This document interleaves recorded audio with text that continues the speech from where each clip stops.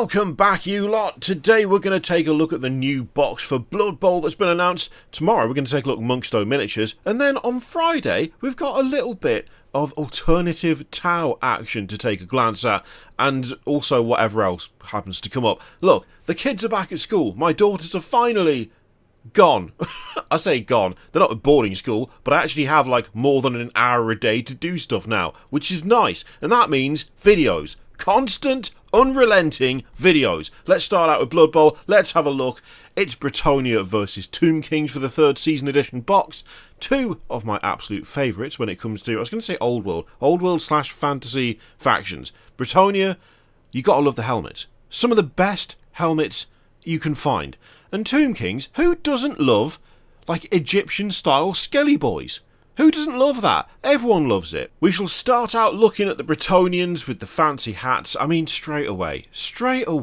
Look at the helmet with the swan on it. Absolutely fantastic. Love it immediately. That's a really fun sort of preparing to throw pose. I love the dude down the bottom there who's got his hands in a proper like kind of let's go, like stick 'em up, fisticuffs style pose there. Absolutely grand. Love that. Also, the metal over the knuckles with the little fleur-de-lis, except it's pointing out to do horrible damage to people. I really, really like that. Things like the little tilt shields and little decorations they've got going on just add a lot to these models. The Blood Bowl teams are some of my favourite things to look at because of how good they are at capturing the kind of core design, the core personality of the different teams, whilst them also being really quite silly in a lot of ways. Like, I don't think it would work if you had the dude going for the fisticuffs pose in the middle of some rank and file for Bretonia. It would look a bit odd, but in this context, it's absolutely perfect. The clothes look grand. I like both of the helmets there. You've sort of got like a leather helmet and then a normal metal one. Those look really nice. Oh, it's just so fun. Like, just Blood Bowl is so fun to look at. It reminds me, I still haven't assembled and painted my dwarves. What the hell am I doing? Alright, that needs to be done like sooner rather than later. I say sooner rather than later. I need to paint a ton of D&D stuff first. Help me. Every time I sit there and go, you know what, there's this kit I haven't got round to and I haven't touched yet, I should really do that. I then remember that the reason I haven't done that yet is because I'm buried under a mountain of stuff that needs painting now. And then I never get round to the other stuff because I'm too busy painting all the other stuff that I need to paint. It might be that I've said before I prefer to think of a pile of potential these days than a pile of shame. But that only works if you are not feeling a hint of shame at the fact you've got so much unpainted or unassembled like crap around you. And I'm starting to feel a little bit of that shame. Maybe it is a pile of shame. Maybe it is actually a pile of shame. Oh no, the negativity. No, it's potential. I'll get there. One day, it'll happen. Anyway, existential crises aside, look at that. Look at those hats. I know they're not hats, I know they're helmets. Look at those hats. Absolutely fantastic. I love this. So, firstly, that is quite the run. I nearly said running animation, but it's not an animation. But that is quite the run on the lad with the ball. I don't know what... It's the point on the boots that's making it look like he's got comedically large clown feet. I think that's what's going on there. But there's something so fancy, something so posh about that guy. It looks like he's prancing. Not sprinting, not running. Prancing. Showing off a little bit. That's what it kind of feels like to me. Maybe that's not fair, but that's the vibe I'm getting. I really like these. The one that's like charging in to, I assume, take a swing because it is Blood Bowl. If you're not trying to outright murder the opposing players, are you even doing it correctly? I don't think you are. I really like the pose on that model. That looks really good. Overall, like a really good kind of motion to that. And again, things like the shoulder pads and stuff. A little bit of a carving in there. It looks like a grail of some kind. I really like it. Looks great. Looks really nice. I'm not entirely sure what's going on with the lad at the top, but that's a very well sculpted face. I will say so far, the faces have been on point for this team.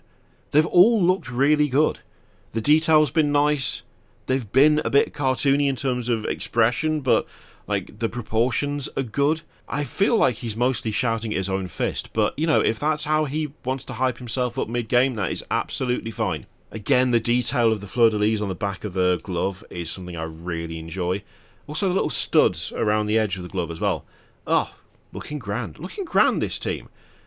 So, we've got some, obviously, repeated poses. It looks like we've got basically a core set of 6 figures, or 6 bodies and legs, and then those are repeated, but with different head options. That is par for the course for the Blood Bowl stuff. Same for Necromunda, to be fair. Generally, for me, I don't tend to mind too much as long as there's enough variation when it comes to heads and arms that you can get away with it a bit. And for this, it looks like there is. That throwing pose is fantastic. Love the hand. Was that on that first one? To the same extent? No. Okay, so on the first one, the hand was kind of drawn back across the chest. On this one, outstretched. So yeah, just different options here and there, but with some repeated legs. Again, the helmet looks absolutely great. I don't know what's going on with the dude down the bottom there. I mean, he's just... What is that phrase I keep seeing all the time? Aura farming, that's what it is. I mean, he's literally just hitting a pose. That's all he's doing. He's not prepared to do anything, is he? He looks like he's in an advert for something, but I'm not really sure what. Probably selling deodorant. I'm going to say it's the deodorant ad. That's what he's doing. We've got another fisticuffs pose up top as well. Now, I have to say, that fisticuffs pose looks infinitely more posh than the other one. I think because of the guy's face and the legs that they've done for that one. So if we go back to that fisticuffs, yeah, there is a difference. There is a difference there. The different head and, yeah, the legs are a little bit different, aren't they? Or is it just taken at a different angle? Ooh, it's kind of hard to tell. It's kind of hard to tell which way around that is. It might just be at a different angle. But that, I mean, the head alone changes that model so much. So much. That's just got, like, extremely arrogant, wealthy landowner written all over it. And I couldn't really tell you why. That is just the vibe that I'm getting from that guy. Obviously got another Prancer going on. That is magnificent.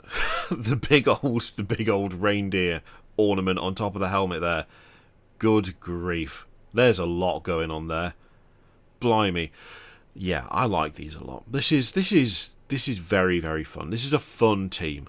And the fact that the ornament on top of that guy at the bottom there, it's like a grail with a football in it, is fantastic.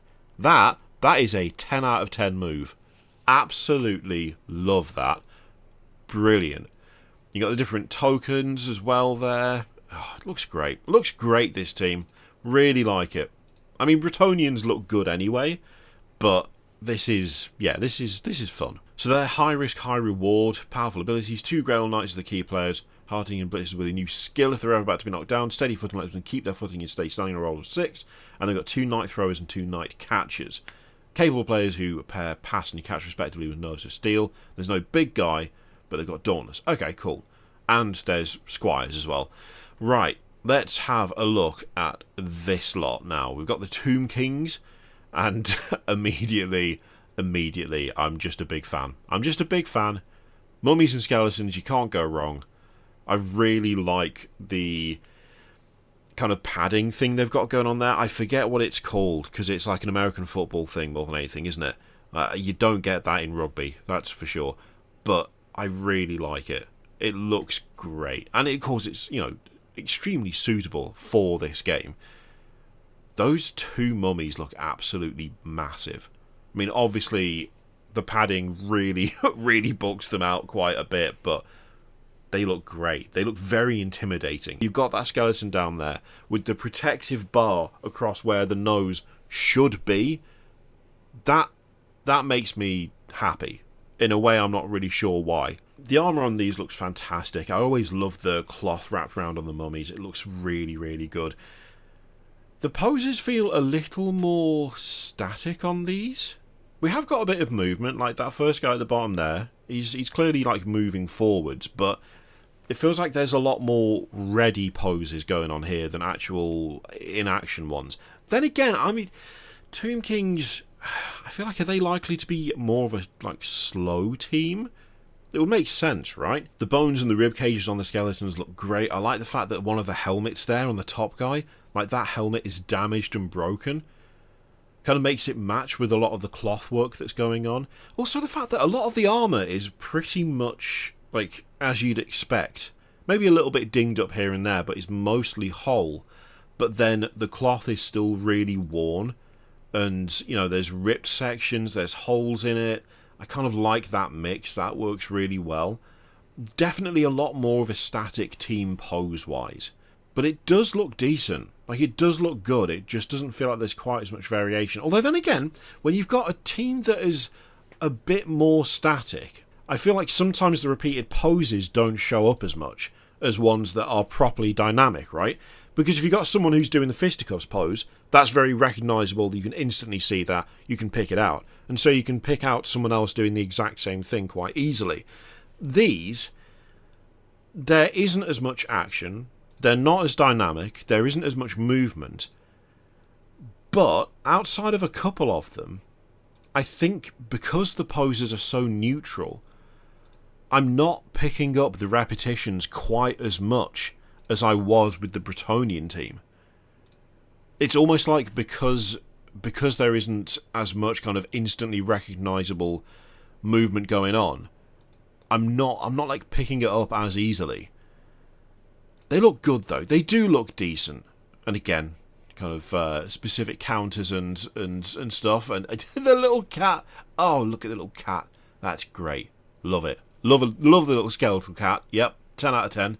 Just for that guy. And that's all the stuff that you get in the box itself. So you got a double-sided board, dugouts, 2 sets of dice, reference sheets, hardback rule book, and all the little tokens and stuff as well, along with the teams. I also like that the teams in that picture are painted differently to the ones in the kind of gallery.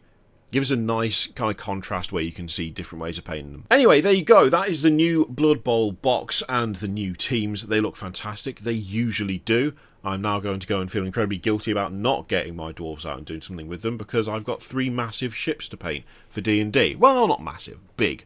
Fairly big. Pretty big. Along with all the crew. I should go and get started on that, shouldn't I? Thank you very much for watching. Let me know what you thought of those in the comments down below. In the meantime, feel free to click all the things, and I'll see you for the next one.